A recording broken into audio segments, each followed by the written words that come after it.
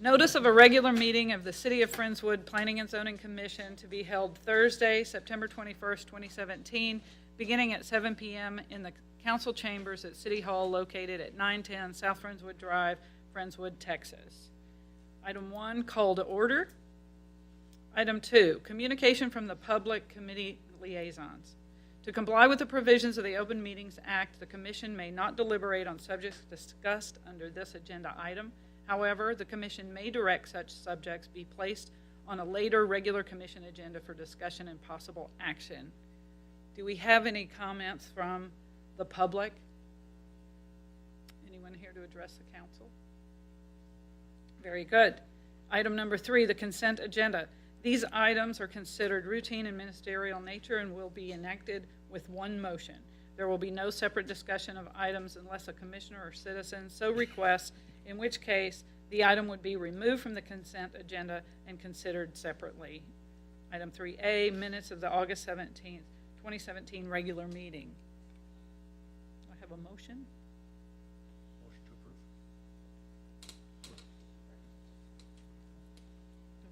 Walter, second. Any question, discussion, comment? All those in favor, say aye. Aye. Aye. Action items. According to the Planning and Zoning Rules of Procedure, all action of the Commission shall be made by an affirmative vote of 4 or more members of the Commission present at such Commission meetings. We're in good shape. There are 6 of the 7 of us here tonight. So, item 4, consideration and possible action regarding site plan approval for High Point Insurance to be located at 4300 FM 2351. Do I have a motion? Motion to discuss. Second. Okay. Rich or Aubrey, you want to fill us in, or? Yes, ma'am. This is a new building that's being proposed out on 2351. It's in the Clearwood Business Park. If you're familiar with that plat name, some of the ones that have been on the board for a while. We did a plat a few years ago. They actually have built 3 buildings, or in the process of building 3 buildings behind this building. This will be the front building that will actually front 2351. The applicant and her architect are here tonight if y'all have any questions. It is for High Point Insurance. I think their plan is to occupy the whole first floor and possibly lease out the second floor for now. The property is located in the Community Overlay District, with it being fronting 2351. There are 2 items that basically need P&Z's special approval that were included on the compliance memo. One of them is the cedar accents on the dormers and the cupola, which that is going to be painted cedar board and siding, trim, and it's just the dormers and a little accent on the rooftop. And then the buffer trees, the ordinance requires the landscape buffer along the right-of-way. The landscape buffer is there, and the trees are between the building and the street, which is the intent. They're not in a straight line in the landscape buffer, which is not, I don't think it's a big deal, but it's a little bit of an alternate landscape plan, so just to cover our bases, just wanted to bring that to your attention. Okay. Rich, you want to kick off the discussion? Sure, I don't have a whole lot. I just needed a little bit more clarity. So if we pull up the picture, the color picture, can you kind of point out what you were talking about with the off color or not specifically complying on the colors? Yeah. And it's not the colors as much as the materials, because COD requires stone, stucco, brick, masonry products. This is like some siding trim, but it's just being used as accent materials. So on the cupola is the little accent piece on top of the roof. It's in the lower right-hand corner of the screen. Okay. And then the dormer windows on the front elevation. Just the windows like in the roof. The east elevation is the front elevation? Yes. So if I understand right, the dormers are the things that's not complying? They're just going to have a different facade Or it's the type of material. material Yeah, also. it's just the type of material. Have which- we ever, has this ever kind of come up before? Is this like, are we setting a precedent, or are we kind of? No, the ordinance actually allows the commission to approve alternate materials if they meet or exceed the appearance and durability of I materials. hate getting into judging appearance when somebody 2 years down the road says, we let that ugly thing go in, and I thought it looked nice, so I always get in trouble on these things. But, okay, I think I understand. And If in the you- past, we have kind of, if it seems, beauty being in the eye of the beholder always, if it looks okay to us, we seem to say, okay. Huh? We did change the ordinance a few years ago to not allow wood and hardy plank in the community overlay district as primary facade materials.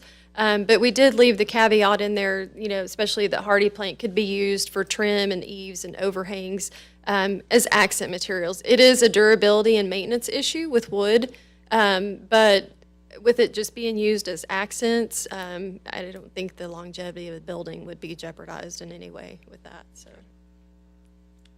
Thanks. Okay. Any other discussion? Joe? Yeah, I had a couple questions along those same lines. If I may, why was painted cedar picked for those materials versus other materials? If you can go to the microphone, please. Could you, sorry. Could Could you you go to go the step mic? to the microphone? Thank you, sorry. Yeah, not a lot of thought was put into hardy plank versus, and I don't think it'd be an issue because we're not using a transparent stain. It's just board and batten siding. It's a different aesthetic look. It's a little bit more of that kind of modern art house type look that we're going for. Can you go to the microphone, sorry? Oh, Testing. Actually, to be clear, can you guys introduce yourself too first before we get started? my name is Gary Rogers. I'm the architect of record. And I'm Heather Smurl, and I'm the owner of the property. In fact, we could actually create the board versus, or actually the board and batten look. We have hardy products, but Yeah, it's just an aesthetic Right. of board and batten siding as a kind of a modern look.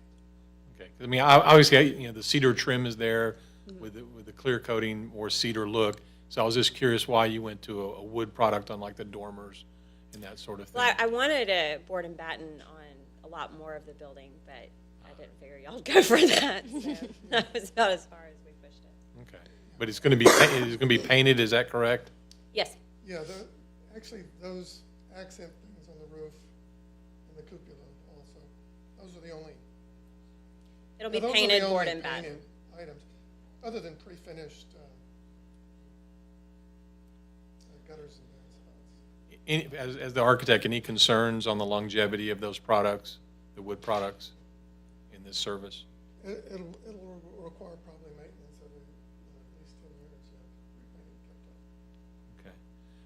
Okay. And I had a question on the landscaping, where some of it's out of that buffer zone. Was there a reason for that? No, can we look at that real quick? No, it was just, when That, you say, I was gonna say, that was explained to me by the landscape architect, that it was just for aesthetics. They didn't want a straight line, they wanted it to it's meander. almost straight, it's just not quite. Yeah, it's, You can see, we sort of drift out and then fall back in. We've got more, rather than have a military look of, a tree every 25 feet, we're much closer than 25 feet. And they kind of go straight and then they sort of meander in, and then there's one out at the corner. Okay. I think part of the design program we gave the landscape architect was to also help us screen the kind of auto, it's a body shop or that's next door. Yeah, there's a body shop next door we're trying to kind It's of not the screen greatest away view, from. yeah. And so using that over there to kind of Okay. encase our area. Okay. One of the drawings I didn't see in our package was something on the covered parking. I noted all the covered parking in the back. What material, what is that gonna look? Is that gonna follow the roof and design or something different? No, it's gonna be different, but it's not gonna be your 2 columns in each parking stripe kind of a deal. Actually, I was scrambling, I happened to run into Becky 10 minutes before the meeting, and she gave me a heads up that there was a question about that. And when I was sitting there, I was going through my phone because I wanted to show you some examples of the one, and I can still do it. I have like 3 minutes to find it. But what it's going to be is a single 8 by 2 inch tube steel column. There'll just be a single column between the cars, and it cantilevers 12 feet one direction and 6 feet the other direction. And to get it out of the way of where doors are. So it's a little bit of an exotic design, and it has a very slight pitch on it, so it's pretty attractive, actually. It's not your typical. And the materials, just for my education? Well, the main columns are painted galvanized steel, the big tube steel pieces. And the other piece, well, actually, let's see. Actually, all the components are pre-finished steel. So the factory, and we could submit a color, it's just sort of low on the priority listing. There's, it'd probably be an earth tone, just like your ordinances require. Those were all my questions. Thank you very much. Okay. And I can still spot you if I look before we're over. Walter, any question? Eric?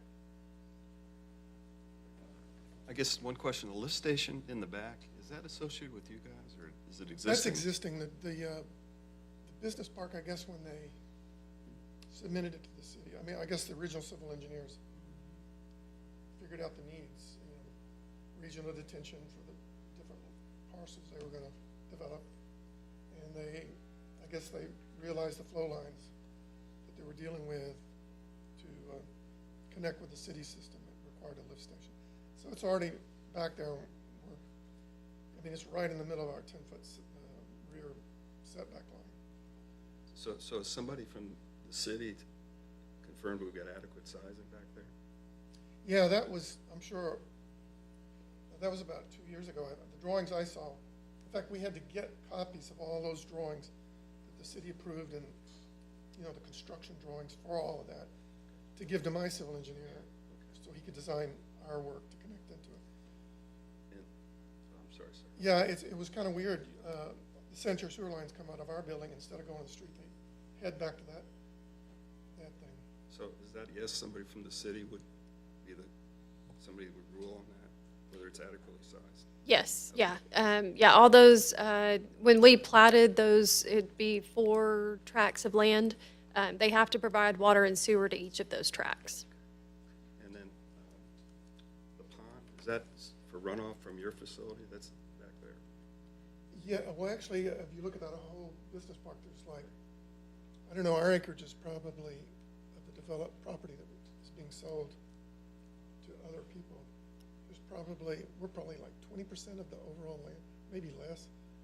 So, there's already been several buildings, and I think there's even 1 or 2 that are just getting finished up right now. And yeah, it was all designed so that once those were sold, I'm sure they had certain parameters, knew what the city requirements as far as total coverage and all that stuff.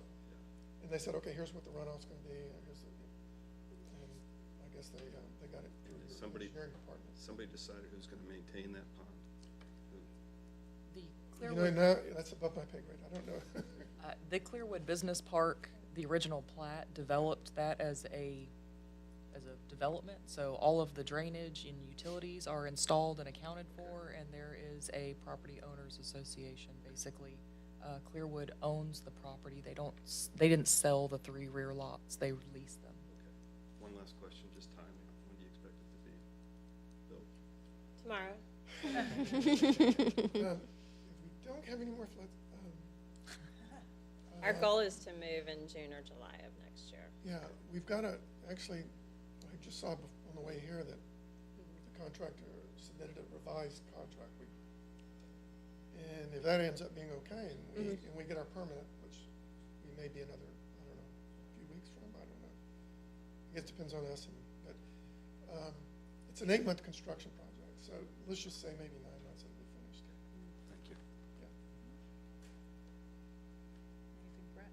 I just just want to say that I don't have any problems with these two special approvals we have to make. I think it's a beautiful building. Wish it was downtown. But, I mean, I'm not sure why we zoned out cedar accents and hardy plank. That doesn't make sense to me, but it is what it is.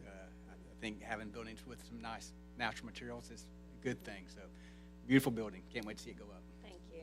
We're excited. Very good, and I have to agree. And so you've answered my questions as well. So with that, we can close the discussion. And do we have another motion? Motion to approve? Very good. Second. Any additional discussion? Okay, all those in favor? Aye. Can I raise my hand? Thank you. Thank you. Item number 5, consideration and possible action regarding a one-time 6-month extension of the preliminary plat of Friendswood Trails, Section 1-2, and Commercial 62.2612 acres. Do I have a motion? Motion to discuss? All right. Second. Okay. And Rich, I'll start with you again since you. Yeah, Aubrey, can you just give us some background on this? Yes, sir. So we approved this preliminary plat in March of 2017. Actually, maybe it was 2000. Oh, it's been. Yeah. Anyways, yes, March, because it's a 6-month approval. So the preliminary plat is coming up to expire. They are still. We actually just signed their construction plans this week. And so we've returned those back to them. We're having a pre-development meeting on Monday, and they will be submitting their final plat soon. In order to move forward with their final plat, they have to have a preliminary plat approved. And so it's just basically paperwork just to keep the process moving. So if I can paraphrase what you said, you got 6 months to do it, and it took them 6.5 or 7 months. Yes. And so they've run out of time, but they're not expecting this to take another 6 months. They're right on the edge. Right. Yeah, we've approved their construction plans. We'll get final plat in here, and they'll move forward with. They're ready. They're chomping at the bit to start construction. So I think their pre-con meeting is actually Monday. So some Meadow residents will probably see them out there next week. Thank you. Joe, anything? Walter? Anything? Eric? Okay, and nothing here too, so, Motion to approve? yeah, you want to make it official? Yeah. Well, yeah, since we had a motion to discuss, I guess Right. now we need a motion to Right. approve. I'll second. I seem to be Okay. the motion maker today. All right, any additional discussion? All those in favor? Say aye. And before we go to item 6, did we miss the opportunity in our motion on the Howard insurance to make sure that it covered the comments? I mean, I don't know that the motion actually stated that. I think we all were with the intention that it included that. I just wanted to make that clear if it's necessary. I think we can clarify that approval is with staff comments, with the 2 comments that were on the compliance memo. Just- If Are you okay with us clarifying your motion, Rich? Oh, yeah. Yeah, that's fine. If that- okay. if that I just makes it- wanted to make that detail. Dot that I, if Yeah. you will. No, that's good. Okay, thank you. Consideration and possible action regarding Planning and Zoning Commission meeting dates. Aubrey? Our October meetings are just going to be our regular meetings, so October 5th, Thursday at 7, and then October 19th at 7. Okay. Item 7, communication from commissioners. This would be suggestions for future agenda items or general comments. And Walter, I'll just come down and start with you. Any,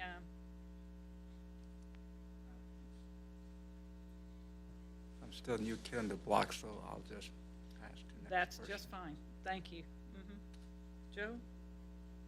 I have nothing at this time. Okay. Rich? Yeah, I don't have anything either. Okay. Eric?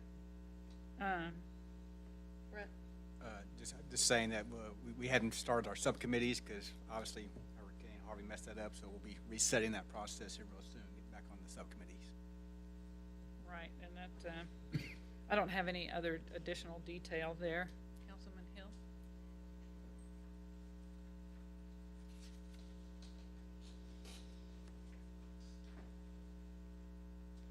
As you all know, we were dealt a devastating blow from the hurricane, and there just aren't enough trash trucks to clean up Houston, Dickinson, Galveston County. And so it's going to be a longer process than we thought. I'm hoping we can get it done in 3 months, but that's just an uneducated guess. But the problem is, you know, most of the guys that have these big trucks live in Florida, and their hometown is devastated. It's just a matter of there's not enough trucks, and it's such a wide area, tremendous amount of debris. And so I'm asking everybody to be patient, bear with us. It's going to take us years to recover from this, but we'll get back. We always do. Thank you. Aubrey or Becky, any additional comments or communications? I have put your, the August 2017 DRC report in your backup material. It was a pretty slow month. We had our regular monthly meeting with West Ranch. And then the one DRC that we did have was a follow-up DRC from a property that we've met on before. So the property owners hired a new engineer, and so we met with them to bring them up to speed on all the requirements for drainage and all that. So it wasn't a new project. So and then just wanted to update you on the ordinances that we've been working on. The fences, walls, and hedges ordinance passed second reading on September 11th by City Council. So that's the final approval for that one.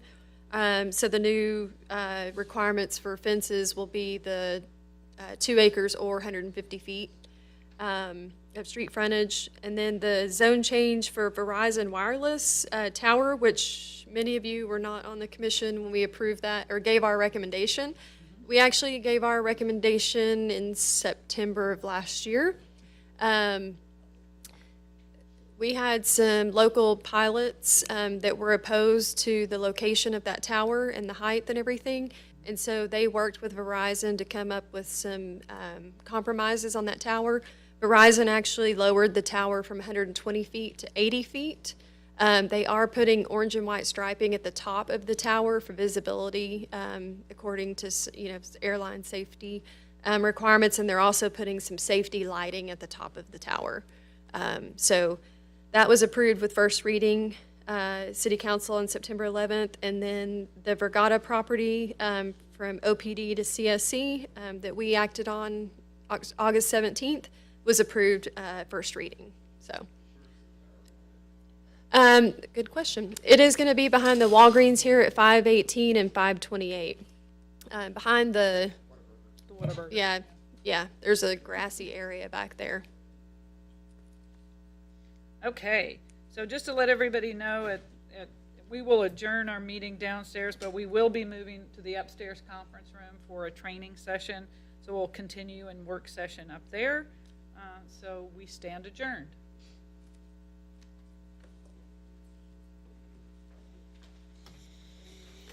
What are these?